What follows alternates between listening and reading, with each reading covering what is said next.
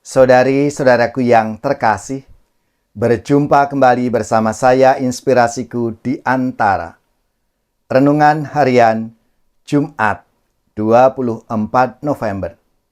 Hari ini kita bersama seluruh gereja Katolik memperingati Santo Andreas Dunglack, imam dan kawan-kawan martir. Selamat dan profisiat untuk saudara-saudara, gereja, paroki dan lembaga-lembaga yang pesta nama Santo Andreas Dunglack. Semoga semangat dan teladan hidupnya memberi inspirasi dalam hidup dan karya pelayanan kita semua. Marilah kita mengawali renungan kita dengan tanda kemenangan Kristus. Dalam nama Bapa dan Putra dan Roh Kudus. Amin.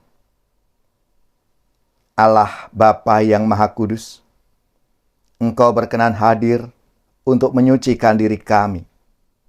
Sucikanlah kami untuk menghadap Engkau, sebagaimana Engkau telah memberikan teladan bagi kami, Santo Andreas Dunglack, imam dan kawan-kawan martir.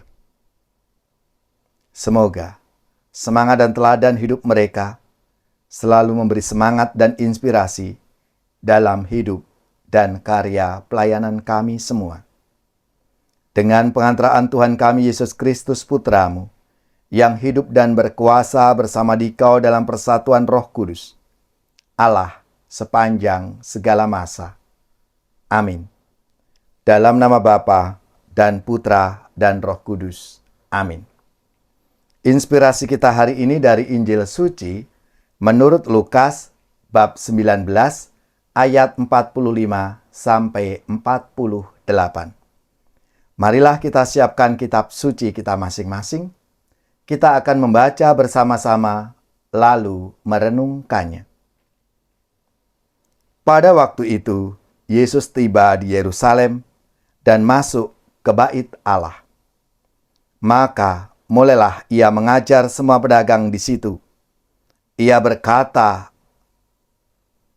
"Ada tertulis, rumahku adalah rumah doa, tetapi kalian telah menjadikannya sarang penyamun."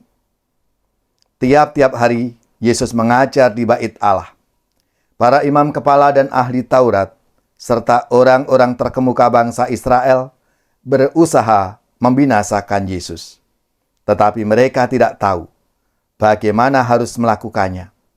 Sebab seluruh rakyat terpikat kepadanya dan ingin mendengarkan Dia.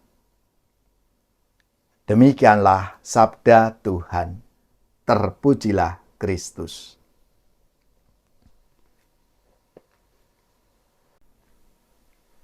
Saudari-saudaraku yang terkasih, Andreas Dunglack yang hari ini kita peringati berasal dari Vietnam. Ia termasuk seorang dari 117 martir yang kebanyakan dianiaya karena iman mereka akan Kristus pada masa pemerintahan Kaisar Minh Mang tahun 1820 sampai 1840.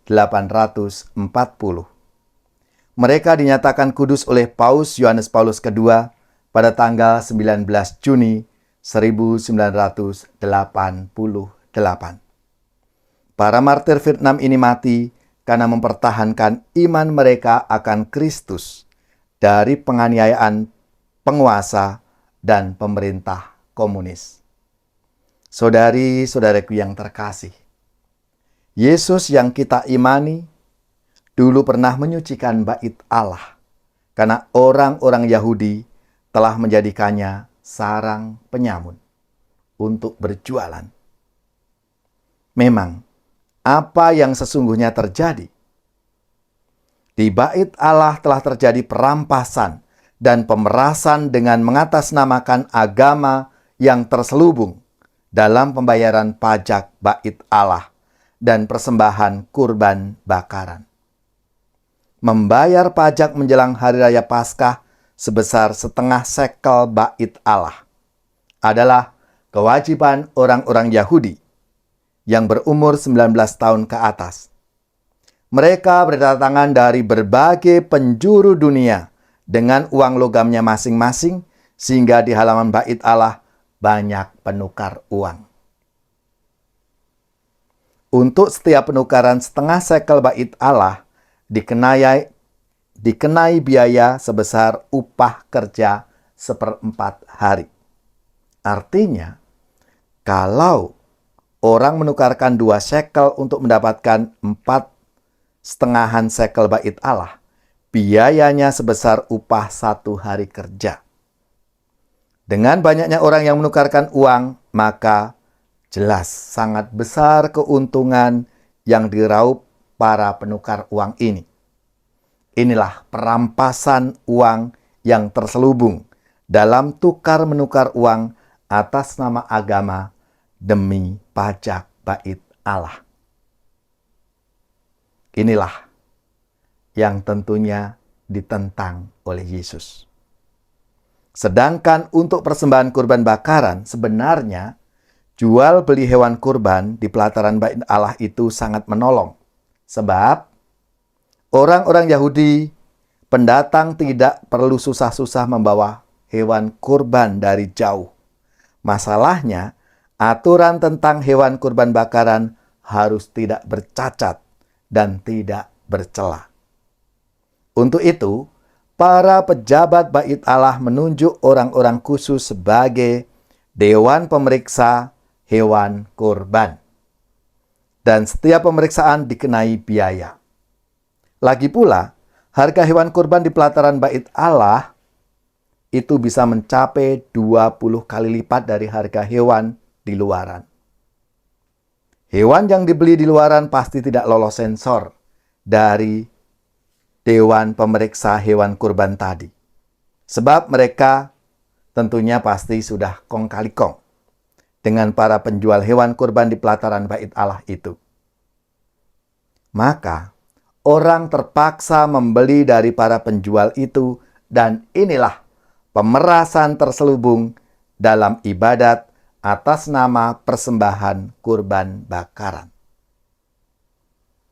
Saudari-saudaraku yang terkasih, kadang kita masih ragu bahkan tak berani menghapus kebiasaan praktek kesalehan yang nyatanya telah meresahkan umat Allah. Padahal kita tahu Allah membenci praktek amoral dalam keagamaan. Tak jarang kita pun melakukan praktek amoral itu untuk meraup keuntungan pribadi secara terselubung lewat peraturan-peraturan saleh keagamaan.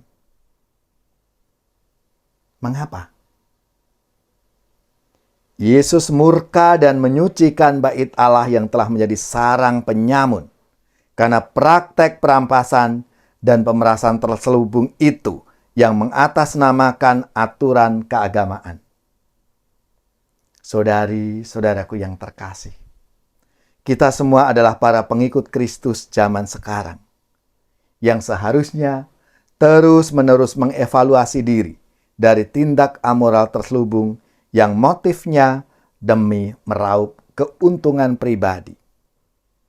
Mari kita bersama Tuhan mohon rahmat-Nya agar kita diberikan keberanian untuk menjadi saksi-saksi Tuhan dalam hidup kita, lewat tindakan kita, perkataan, dan perbuatan-perbuatan baik kita.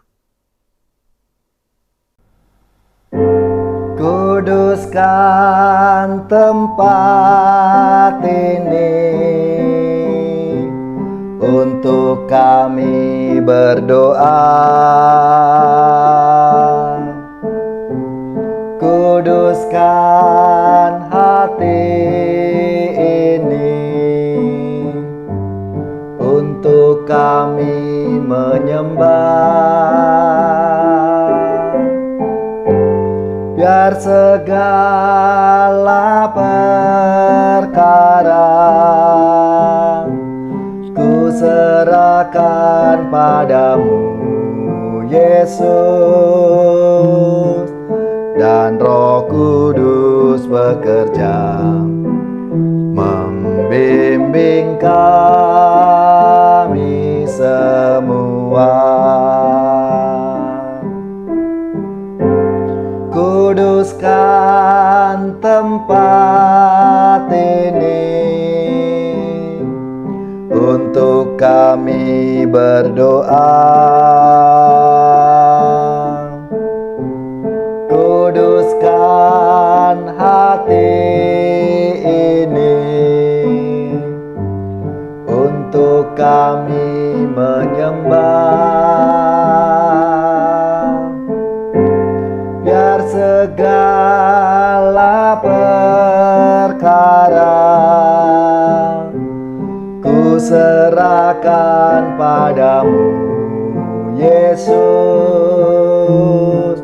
dan Roh Kudus bekerja membimbing kami semua.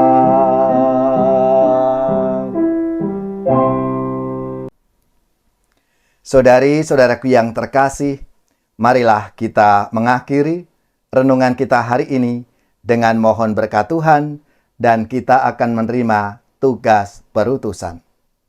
Marilah kita siapkan hati kita.